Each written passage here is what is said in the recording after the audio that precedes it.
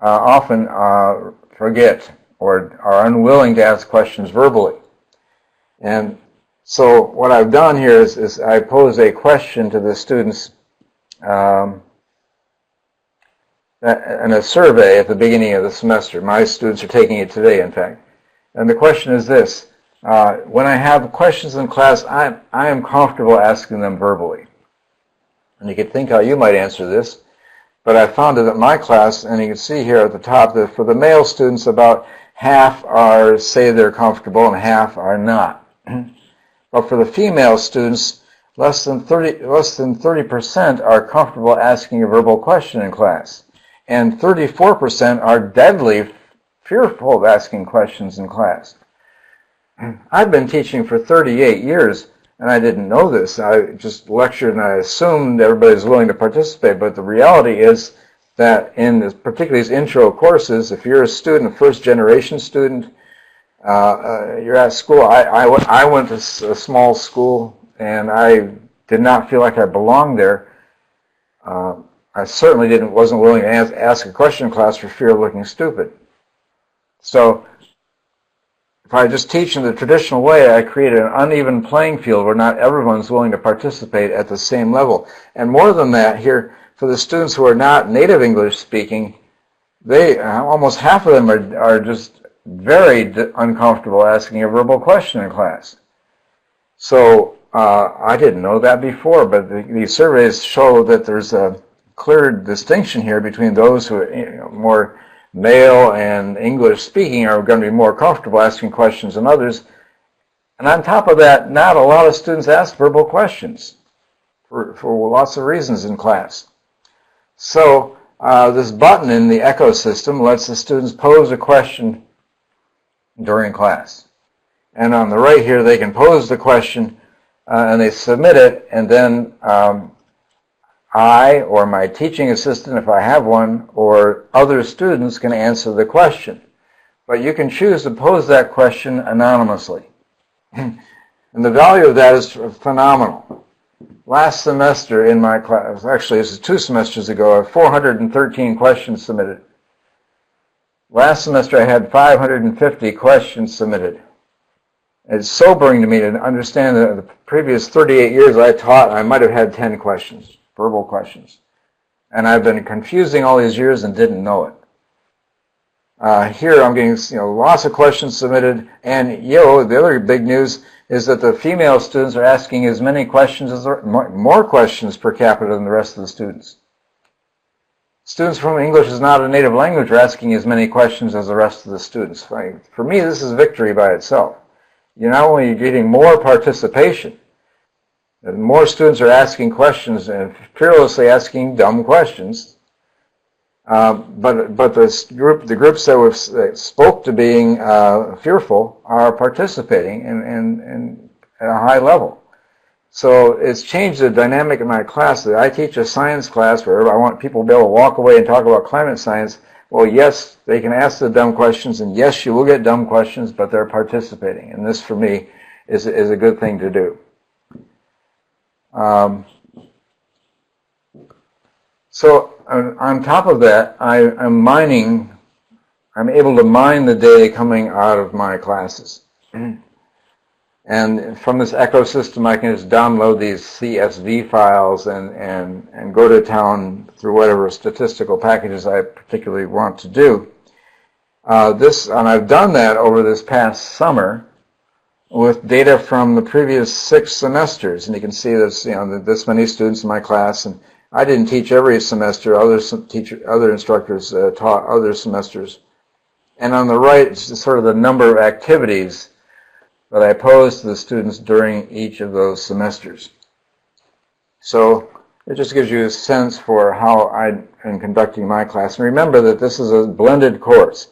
So some of the students are physically there and some are wherever, but they're all able to participate live with the system and ask questions, answer questions, and take notes wherever they are. So first, some of the results that were satisfying, hopefully not surprising, is that attendance matters. Yay! So it shows that, depending on how much you attended class, those are sort of the average exam grades over those 6 semesters. So we're talking over 1,000 students here. Students who attended all the time, they did very well, near 90%. Students who attended lower levels got lower grades. That by itself is, the kind of data and information now that I can share with students as real evidence for why they might want to attend class. It's not just me saying work harder or come to class, but I've got real data showing them what's in it for them. The other big news for me is that this concept of streaming your class. Now, my colleagues all worry that if we start streaming our classes, nobody's going to come to class. The reality is just the opposite, depending on what you mean by attend, but this is the number of students who are either watching my class remotely or participating live in class, and it's averaging somewhere around 85%, with the exception of this one day over here, which is just before a major holiday when they just blew me off. But the news here is that you give them the opportunity to participate in ways that make the best sense to them, and they will participate. Now, one of you is bound to ask me the question soon, do the students who are watching remotely get as much out of it as the students who physically come to class? And I will discuss that in just a moment here. So, mining those data, I can see, for example, that it's not even whether you get the questions right or not. Do you simply participate in my questions?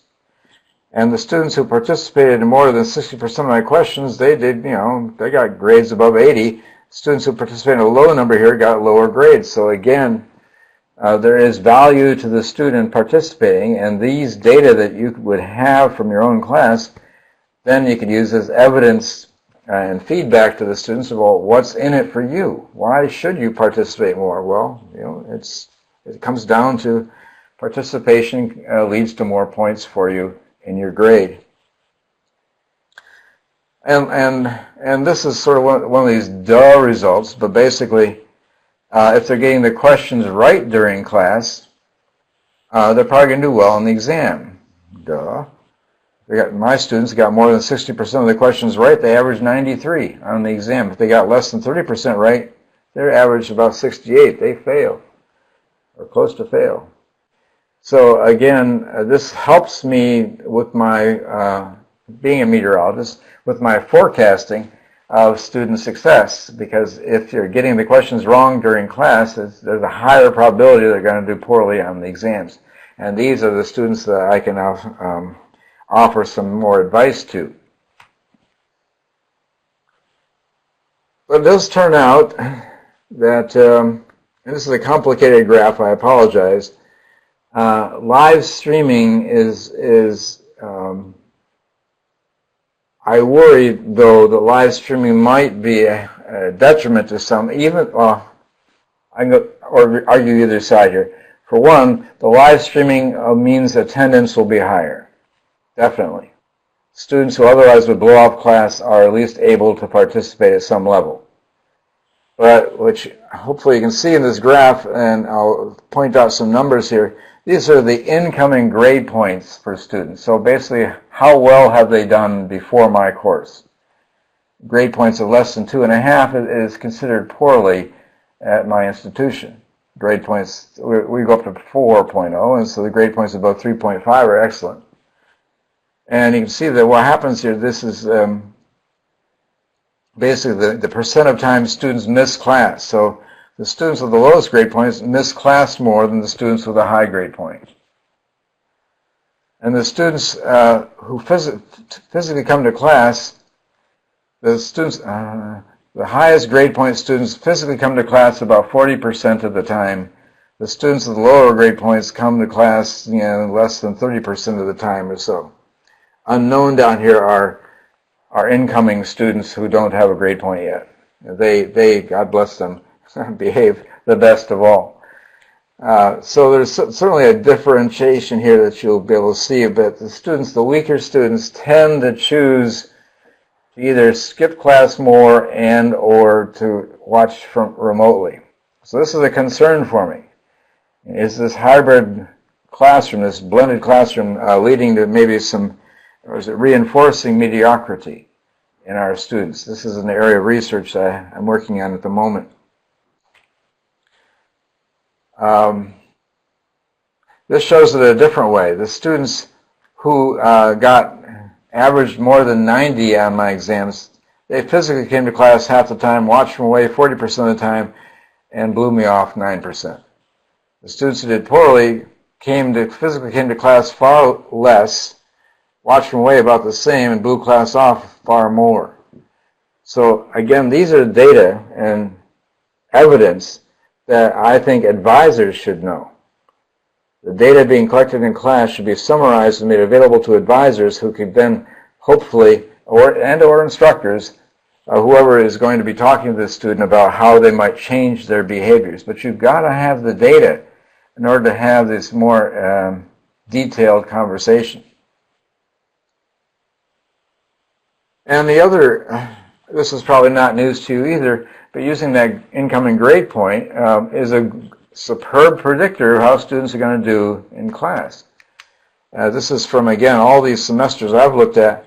The students with the lowest incoming grade point tended on all these semesters to get the lowest grades. Students with a high grade point, they get the highest grades. Okay, is it because the students with a high grade point are smarter? Or is it because of a difference in participation level or motivation or something else in these students at lower grade points? Well, that's another good thing that you can look at with these data. This is incoming grade point. This is before my class. So the students with the highest incoming grade point here, this is the minutes of lecture capture they viewed per class. So my classes are 50 minutes long. These students with a high grade point average 22 minutes of review after class. Fairly high value. Students with a low grade point, that's 1 minute. They must have actually hit that link by accident, thought it was a sports show or something, and disappointed, jumped off quite quickly. But there's dramatic differences here between the students' incoming grade point and how they actually behave in class and during and after class. Likewise, note-taking. I told you that the students could take notes online. We measured for those who do, and more than half of my students take their notes online. The students with a high grade point, they average 130 words of notes per class. The students with the low grade points, they average 2 words per class. I can only guess what those 2 words are. But there's a huge difference here between the students who come in with a high grade point and low grade point. Again, this is evidence that I can use when I try to formulate feedback to the students about how what do they need to do given their circumstance to improve their position in class. All right, and this little graph here, well, let me just stop there and see if there are any questions now. Hi, Perry. We do have one from Brooke Osborne, who unfortunately is not anonymous, but she still felt that she could ask you a question. Is there a way for questions to be asked asynchronously and have them remain with the lecture activity? In brackets, if they watch after the event, can their questions be incorporated as well? Absolutely. Both, you can go back to the class is recorded, and once it's recorded, you can watch the video, and as part of the video, you can still pose questions. And the instructor will be informed that the question has been posed, and it's up to the instructor then to answer that question after class or whenever they get back to it. But yes, you want to encourage students to be able to pose questions when they have questions, whether it's during class time or after. And the system lets me deal with those questions before and during or after class. Okay, we have one more in the room. From Jordana. Thank you. Hello, Perry. I had a question about the questions. So the students that ask the questions, either in real time, either way, when do you actually respond to their questions? And secondly, do all the other students see your responses? Oh, good questions. Just let me clarify. First, if it's a smaller class, then I can either answer the questions myself. I can see them on the screen, so I could choose to answer them during class. I typically don't do that because that's just who I am. But I will answer them after class, and then that student and all the students in the class will see the questions and the answers. Now, if the student has chosen to ask the question anonymously, then everyone will see the question and the answer, but they won't see who asked the question. If they choose to ask the question as a human, then everyone in the class will see who asked the question and see my response. In the large class, I am blessed with a teaching assistant. Yay! And this teaching assistant sits in the room and basically does spin control on what I'm talking about. And he or she, it's a she this semester, Kim, is answering the questions as class goes on. And again, if the student asks the question anonymously, everyone would see the questions and the answers without seeing who asked the question. So, and other students in class can answer the questions themselves, and they can choose to be anonymous or not.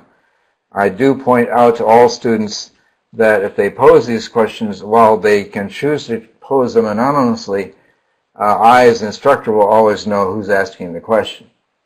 So that I'm just trying to avoid them asking some really awkward or rude questions in a public setting. But yes, everyone sees all the questions, all the answers. They can answer them themselves, and that side channel is hugely important to students clarifying information. Thanks, Perry. There's one from Cole, who I'm assuming is Colleen. Does participation help poor performing students more than it helps better performers? Hold that question again. Cole is a plant for me today. I've got a slide coming up that I'll talk about that very thing in just a second here. And I see there's also a question down here that it's obvious that the harder students work, the better grade they get. Actually, that's not true. And again, I'll show that here in a slide in a moment. For some students, it's complicated. But I'll talk about that in just a moment here. Okay, back to you, Perry. Very good. Well, the slide that I'm showing you now is complicated again, but this is a work in progress. So you can just laugh at me or yell at me here. So I'm trying to think about, now that I have these data and I've done the statistics on it, and I have a pretty good idea of how behavior is related to grades. How does that help me give students feedback? So going through and using the statistics from the past few semesters, I've created this graph here, which I'm calling a price sheet. And by price sheet, I mean, what's it worth to you as a student to change your behavior? And if you look at this graph for a moment, you'll see that first of all, there's the black diamonds at the top. These are the students who walk into class with a high grade point, a 3.5 and above. And you might ask, how do I know that? Well, I could get it from our university's student information system, but that just requires a lot of red tape and consternation by my institutional review board. So I simply asked them in a survey, if you're willing to tell me what's your grade point. And I went and tested this against the data in the database, and it turns out students are ridiculously honest about this kind of data. So using that, I say, all right, if you've got a 3.5 and higher, you know what? It doesn't matter what you do in this class. You're going to do well. Seriously. Enjoy the class. I have ways that you can do more if you want. I've got other topics you can do, reports you could work on that take you deeper, but you're going to do well, and you're not a worry to me. But if you're a student now with 2.5 and below here, the yellow circles here indicate that the more you simply participate in class activities, the higher the average grade tends to be. So not only work harder, but here's why you work harder, and basically here's the slope. So if you double the amount of activity, go from this group to that group, your grade goes up by what? Maybe 10, 15 points.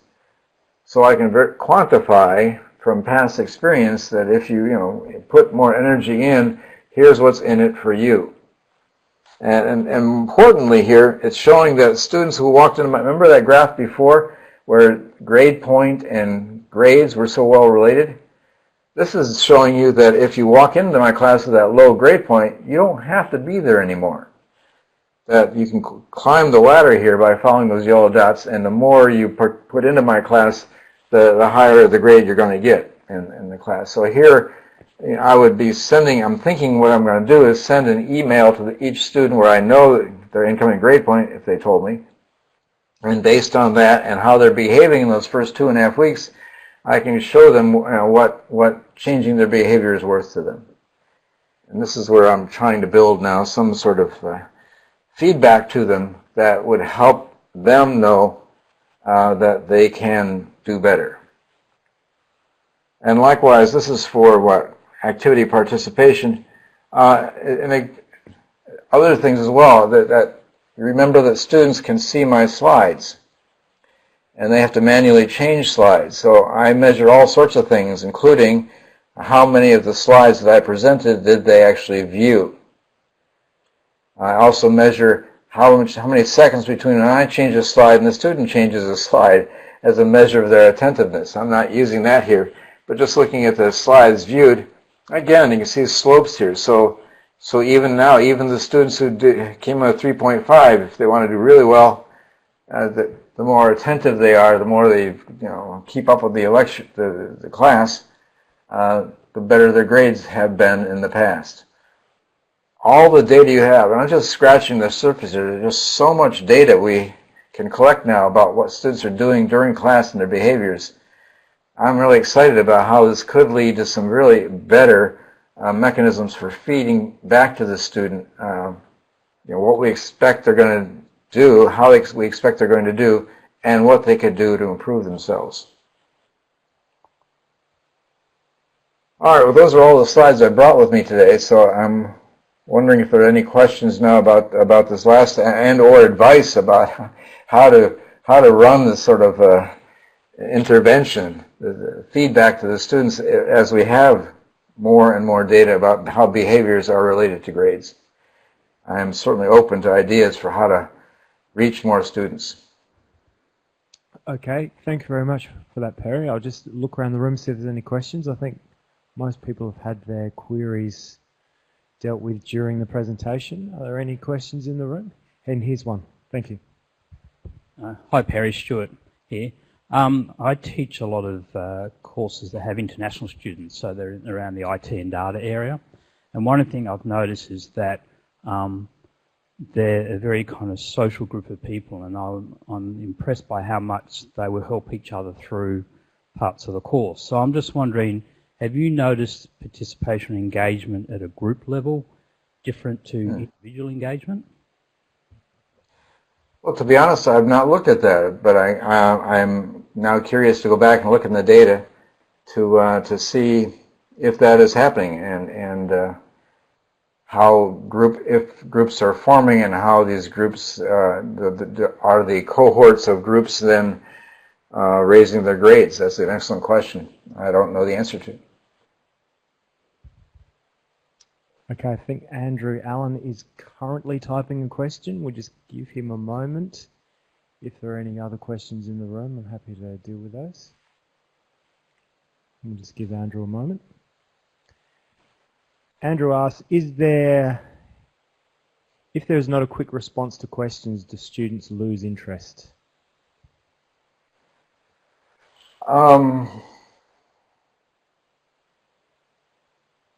again, I have not looked at that.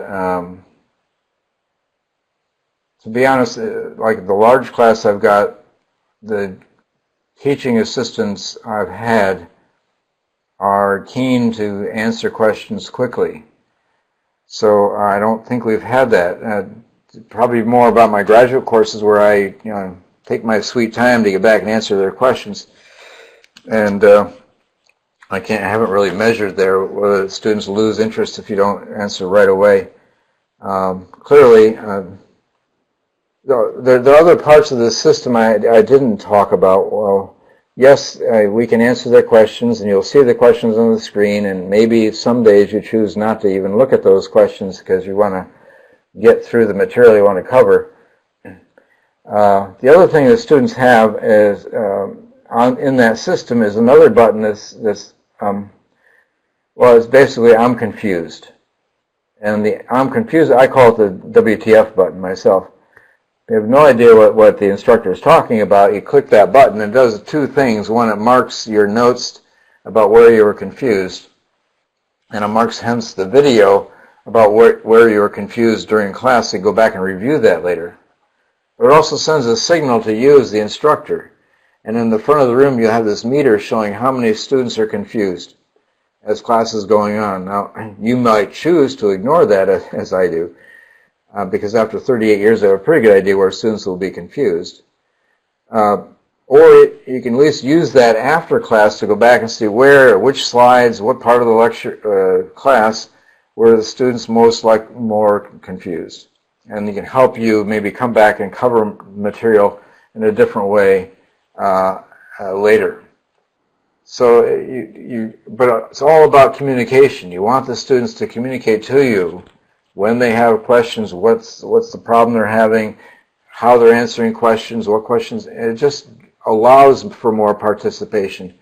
And again, if you give the students the opportunity to participate more, they will often take that opportunity. Okay, thanks very much. A question from Joanne England. How much disparity is there across the types of questions that students ask? i.e., are they clustered around the same concepts? Do the questions posed by the students change the delivery of your content? Oh, those are three good questions. Disparity in the questions. I'm not going to talk about it today, but I've got a new system we're attaching to this so that the notes that comes from students, for example, are being clustered into basically what's trending in class. So you might have in my class 80 students who just type the note about relative humidity, and 48 students who type the note about absolute humidity or something. And so the students in my new concept here will be able to see clusters of notes, basically what trended in class today. And then we also do artificial intelligence on those clusters of notes and link them to external resources automatically. For example, what spot in class did we talk about this in the video? And we have it linked to textbooks now, so what pages in the textbook are germane to this particular note. This is a work in progress that we hope to have in this ecosystem sometime in the next couple of years. But I think this takes that idea you're asking. Also clustering questions, so that when I have many questions coming from students, it would be great if I could cluster them into similar groups of questions and then answer them in a group. And that's certainly the scope we're after here, and it's just a matter of doing some natural language processing to do that, to cluster these concepts and questions. Do the questions posed by students change the delivery of content? Oh, you betcha. This is precisely the point, is if the student is going to do anything that, like they're going to indicate that they're confused, or they're going to indicate that they have a question, and it behooves me as the instructor to demonstrate that I am responding. And my response is to maybe cover material in a different way, or offer them some other reading. But somehow, I'm a vending machine. They just put some coins in and they expect something back. So it's hugely important for this to be successful that I spend the energy to somehow change, not change the delivery of the content, but offer them some additional content or offer them some additional ways for them to learn the material. And that, the next question is, what's the downside, disadvantage? Well, I drink a lot more coffee than I ever have. It just takes a bit more energy because now you're going to be answering more questions from more students. But my gosh, that's my job. I'm paid to talk about the weather, and it behooves me to take the time to be able to engage students. And if we're going to want students to be engaged, we better be willing to be engaged enough for us to participate back. And yes, it does require a bit more energy than I've spent in previous years teaching the course, but the value of this, the quality of the class now is, in my mind, so much better for me. I'm not sure about them, but certainly for me, that it's well worth the effort. Okay, thank you very much. Oh, there's another one just popped up. Have you been able to engage your colleagues in this approach? Oh yes. Well, here it's morning there, so I can't have you join me in a cup of wine here, but there is, or maybe I can. South Australia, this is the issue: if I could create a system which allows students to learn more, to become more engaged, and it also made toast. I still couldn't get many of my colleagues to try a new approach. At an institution, university or college, as you probably appreciate, there's no stick that says you should teach better. We have to do this and this and this in order to improve our teaching. We pretty much leave it to the instructors to do what they may. So I find it difficult sometimes to get my colleagues to try anything new in the classroom, and that's been a bit of a bugaboo for me. But one thing I have found that works is I've started doing this monthly event where I have a space off campus, and I invite colleagues to come and talk about their teaching, and I offer them beer. And I call it a keginar.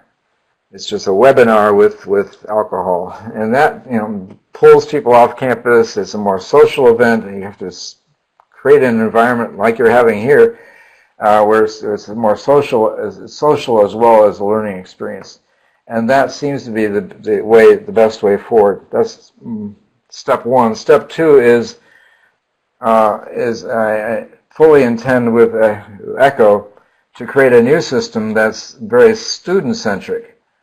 Actually take the instructor out of the picture and let the students have tools where they could share questions and do these things during class, and their notes that are still linked to the videos and all the things I've just talked about. And I'm hoping that tools like this, where the instructor doesn't necessarily have to be involved, but can be if they want to be, will open this up to more and more students to participate. Thanks very much. Okay, we're getting very close to the end now, but there's time for a couple more quick ones. Tracy asked, do students complain to academics not using it because they have experienced your class? Basically, the awesomeness of your class. If they don't, yes, elsewhere. Awesomeness. That's great. I've not. I know that this has spread by the word of mouth, where other students carry this away, and for those instructors who can be influenced, it has worked that they see value in trying this. It's still largely going to be the instructors who, there's the choir of instructors who are just willing to try good things in the classroom are the audience that we're going after. There are those who simply are going to teach the way they were taught by God, and they're going to not change forever, and there's not a lot I can do with them. And that's why we need to think about an end around where we just directly work with the students. But it's an ongoing challenge. Okay, thank you. And very last question from Simone. If students ask a question against content weeks after the lecture, how do you monitor that? Do you set an expectation early on and let students know that you won't be checking for questions against week 1 content, maybe by week 3 or 4? And Simone's obviously oh yes, taken our idea. as will. Well, I'm not sure if you ever used this software called Ancestry.com. I'm addicted to it, but where you try to trace my ancestors going back in time, and I can see all the ancestors, and it will show me little flags or some little leaves, I guess it was, about a new fact has arisen about great Aunt Joyce. Well, likewise, this system keeps track of all the classes you've had, and if a new question arises in one of the classes, a little number pops up saying you've got 1 or 2 unanswered questions in this particular class. So it behooves me to go back in and just simply look through that and answer the questions as they arise. I don't usually get too many questions that far. Well, I take that back. I get some questions like that just before the exam, yes, and I want to make sure I go back and look through all the previous classes and make sure the questions are answered. Okay, thank you very much, Perry. We really enjoyed it, and we enjoyed your sense of humour as well. So we all had a great session, and would like to thank you very much. And if you're ever in Adelaide in Australia, please come along, and we'd love to host you in person. All right, I look forward to it. Thank you. Thanks very much. Thank you. Perry, thank you.